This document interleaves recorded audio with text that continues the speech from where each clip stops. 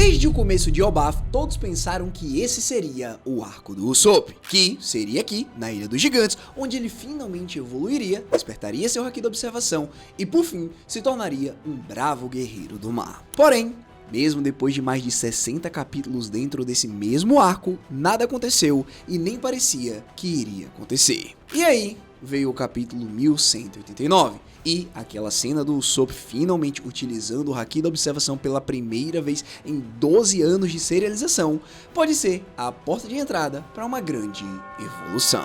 Pessoal, antes de Little Garden, o sonho do Usopp de ser um bravo guerreiro do mar era só uma frase abstrata, repetida sem imagem nenhuma por trás dela. Porém, tudo muda quando ele conhece Dory e Brog.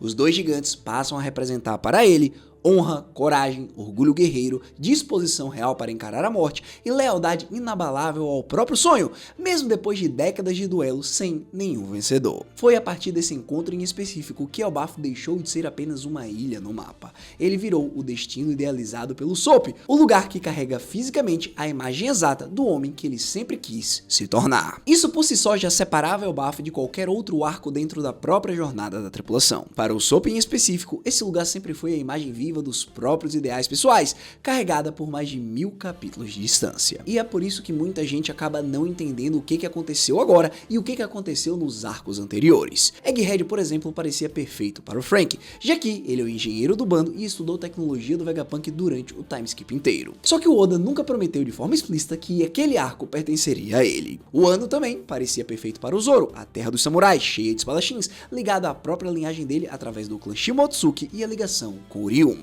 Mesmo assim, boa parte do desenvolvimento dele acabou acontecendo em segundo plano ou revelado fora da própria narrativa principal através de um SBS. Já Elbaf é diferente porque a própria conexão emocional já foi construída diretamente pelo Oda ainda lá em Little Garden, décadas atrás, em tempo de publicação. Esse desenvolvimento de personagem não é uma expectativa criada pelos fãs em cima de uma coincidência temática, é uma promessa literária plantada pelo próprio autor. E é exatamente por isso que, se o Usopp não recebesse nada relevante dentro desse arco em específico, a frustração seria proporcionalmente maior do que qualquer decepção parecida envolvendo outro membro da tripulação. Também a expectativa nunca foi de que o Usopp virasse um novo Luffy, um novo Zoro ou um novo Sanji. Era muito mais específica do que isso. Treinamento direto com os gigantes, reconhecimento formal dos próprios guerreiros de Elbaf, evolução clara da coragem, o retorno do Haki da Observação que ele já tinha demonstrado antes, algum tipo de equipamento novo, talvez até uma arma gigante à altura da própria mitologia da ilha, conexão emocional reforçada com o Dory e o Brog e um paralelo direto com a própria história do pai, o Usopp. Pessoal, durante o último ano a gente já discutiu várias possibilidades, e uma das que mais agradou a comunidade foi o Usopp ganhando um martelo lendário, utilizando uma arma típica de Elbaf,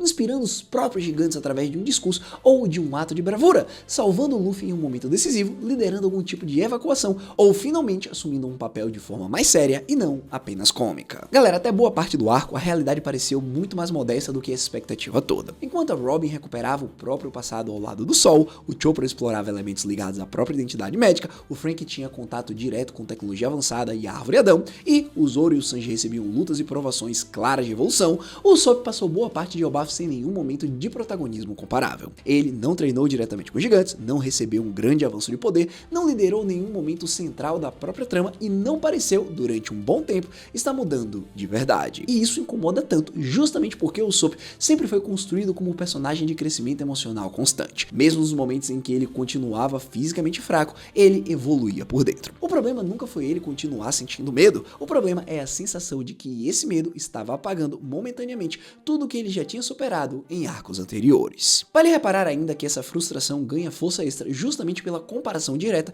com os outros membros da tripulação dentro do mesmo arco. O Brook, por exemplo, ganhou um segundo flashback explicando sua vida 70 anos atrás, antes dele sequer virar um pirata. Galera, não me entenda errado, essa parte foi muito boa e faz total sentido nós vermos um pouco mais sobre o governo agindo quase um século atrás e como que o Brook realmente fez parte dessa narrativa. No fim, não se trata do Usopp competir por atenção com os companheiros, mas sim de perceber que praticamente todo mundo ao redor dele recebeu, em algum momento de Elbaf, uma cena capaz de resumir sozinha o próprio arco de crescimento daquele personagem específico. A ausência de um momento equivalente para o Usopp, justamente na ilha que sempre representou o próprio coração dele, tornou essa espera bem mais visível do que seria em qualquer outro cenário. Bom galera, já que chegamos aqui, vale lembrar o padrão que definiu o Usopp durante praticamente toda a primeira metade da obra. Na Vila Syrup, ele ganhou o propósito real, saindo da vida inteira de mentiras para começar a transformar a própria imaginação em coragem genuína. Em Along Park, ele aprendeu que coragem nunca significou ausência de medo, e sim agir mesmo tremendo por dentro. Em Little Garden, ele encontra o próprio ideal concreto de guerreiro. Em Alabasta, ele protagoniza um dos discursos mais importantes sobre os sonhos de toda a obra, defendendo o próprio sonho do Luffy, mesmo apanhando de forma brutal por isso. Em Water 7 e Enies Lobby, a identidade dele é quebrada e reconstruída por completo. O Sogeking nasce como uma máscara, mas também como um caminho para ele reencontrar a própria coragem, atirando na bandeira do governo mundial e ajudando a salvar a Robin à própria maneira. Em Thriller Bark, ele transforma a própria fraqueza emocional em uma arma real contra Perona, utilizando ansiedade, negatividade e baixa autoestima como uma vantagem tática. Antes do time skip, o Usopp nunca precisou ficar fisicamente mais forte em todo o arco para evoluir de verdade. Precisava apenas entender uma nova camada de coragem, e o Oda entregava isso praticamente sem falhar, arco após arco. Só que, depois do time skip, boa parte dos fãs sentiu o Usopp entrando em um ciclo repetitivo. Pânico, tentativa de fuga, pequeno momento de coragem e volta aparente ao ponto inicial no arco seguinte. Dressrosa é a grande exceção dentro desse período. Ali, ele salva os brinquedos, derrota Sugar, desperta o Haki da observação pela primeira vez, vira conhecido informalmente como God Usopp, inspira diretamente a criação da grande frota e é tratado de verdade como um herói daquela ilha inteira. O problema não é apenas que o Usopp tenha sido esquecido durante todo o pós-time skip. Esse problema fica ainda maior porque Dressrosa acendeu uma chama emocional forte, e o Oda deixou tempo demais se alimentar essa mesma chama depois disso, criando a sensação de que aquele avanço específico tinha ficado congelado, esperando um momento que nunca iria chegar. Dito isso, existe uma leitura mais otimista para essa própria demora, e ela merece espaço antes de qualquer conclusão apressada. Elbaf parece estar funcionando como um arco construído por turnos entre os Chapéus de Palha. A Robin, por exemplo, já teve o próprio passado revisitado ao lado do Sol. O Chopper já teve elementos centrais da própria identidade explorados. O Franky já teve contato direto com a ciência e a tecnologia avançada. Zoro e Sanji estão no meio das lutas mais importantes do arco, que com certeza fará com que ambos controlem o Haki do Conquistador. E, como eu falei, até mesmo o Brook já ganhou uma segunda camada importante da história pessoal dentro desse mesmo arco. Então assim, se até mesmo o Brook está recebendo atenção significativa, isso sugere fortemente que o Oda pode estar reservando o Usopp justamente para o final, e não por desinteresse, mas porque ele é, entre todos da tripulação, o personagem com a ligação emocional mais forte com a própria ilha. Entregar o grande momento dele cedo demais desperdiçaria uma das cartas mais importantes disponíveis para o próprio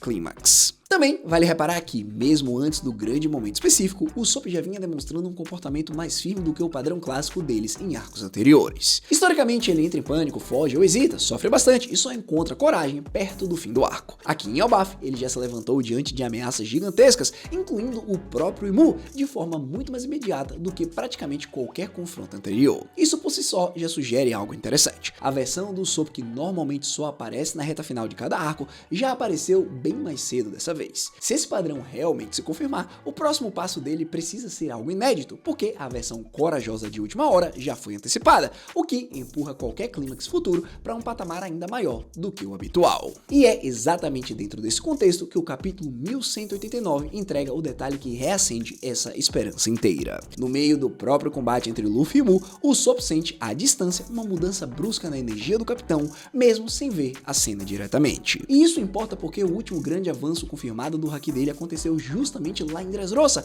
quando ele precisou acertar a Suga a uma distância praticamente impossível. Pessoal, assim como eu falei durante a análise do capítulo 1189, esse é um dos pontos mais interessantes de todo o capítulo, porque isso basicamente reacende uma habilidade praticamente congelada havia mais de 12 anos de publicação, sem nenhum desenvolvimento visível. E o contexto agora é ainda maior do que em Dressrosa. O inimigo é o próprio Imu, o arco está chegando perto do próprio clímax, e o Usopp sente que algo está errado antes de praticamente qualquer outra pessoa ao redor. E lembre-se, Sanji, Zoro e Jinbe estavam por ali. Ou seja, esse feito por si só tem um peso muito grande. Fora que também vale notar que essa mesma cobertura também associa esse momento a um conjunto de evoluções dentro do próprio bando. Como eu disse, o Sanji está muito perto de despertar o Haki do Conquistador e o Brook segue recebendo camadas adicionais de desenvolvimento pessoal dentro do próprio arco. Se o Usopp realmente entrar nessa mesma leva de pagamento de desenvolvimento de personagem, isso reforçaria ainda mais a leitura de que Elbaf está distribuindo de forma deliberada um momento definitivo para cada membro da tripulação, ao invés de simplesmente esquecer parte deles pelo caminho. E, por parte do Usopp, esse caminho específico cumpre uma função importante. Como sniper, o Usopp sempre dependeu de distância, precisão, leitura de cenário, antecipação e capacidade de enxergar perigo antes de qualquer outra pessoa perceber. Ele nunca precisou virar um lutador físico de elite para ser indispensável,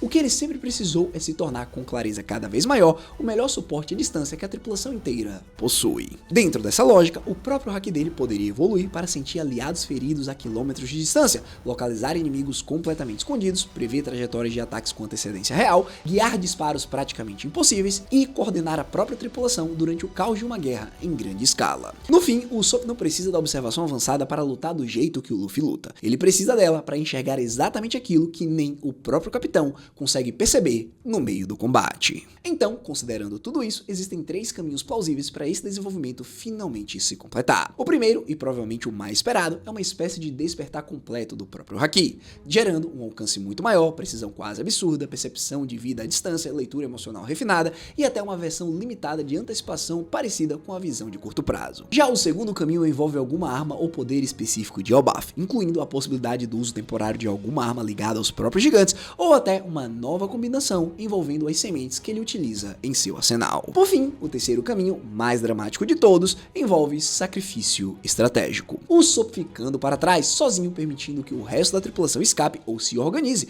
usando a própria mira e a própria percepção para segurar uma posição impossível até todo mundo se salvar. Esse cenário específico completaria quase que literalmente uma frase antiga do próprio personagem, sobre encarar a morte de frente, sozinho, em uma ilha, como prova final de que ele realmente se tornou o bravo guerreiro do mar que sempre fingiu ser. Pessoal, além disso, existe ainda uma teoria específica bastante discutida ao longo dos anos que vale a pena considerar. A possibilidade do Usopp finalmente comer uma fruta do diabo dentro do próprio arco de Elbaf. Eu particularmente não gosto muito dessa ideia e nem vejo como isso pode acontecer, uma vez que a última fruta que nós vimos os gigantes comentarem foi a fruta lendária que o Loki comeu. Também, se o Usopp está seguindo o caminho para superar o próprio pai e se tornar o melhor atirador do mundo, não faz sentido ele depender de uma Akuma no Mi. Ou seja, a única maneira que eu vejo de Usopp pôr as mãos em uma fruta desse tipo é se o Oda resolver explorar o Reino Celestial de Elbaf e lá, por algum motivo, ter uma Akuma no Mi perfeita para ele. Enfim, de qualquer forma, parte da comunidade especula que o próximo grande confronto pessoal dele em Elbaf também poderia envolver um adversário em específico, que ele só vai conseguir vencer utilizando um novo poder e o seu haki da observação. Também vale frisar que essa teoria segue sem confirmação nenhuma, beleza?